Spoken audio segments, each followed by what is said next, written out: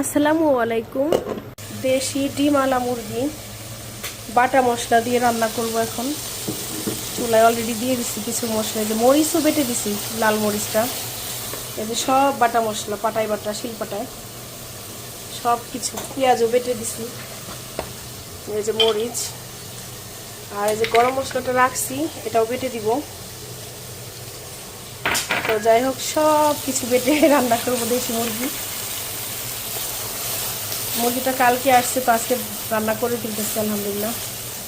মশলাগুলো সুন্দর করে ভুনা করে তারপর যখন তেলটা উপর দিকে চলে আসবে ঠিক তখনই আমি মুরগিটা দেব।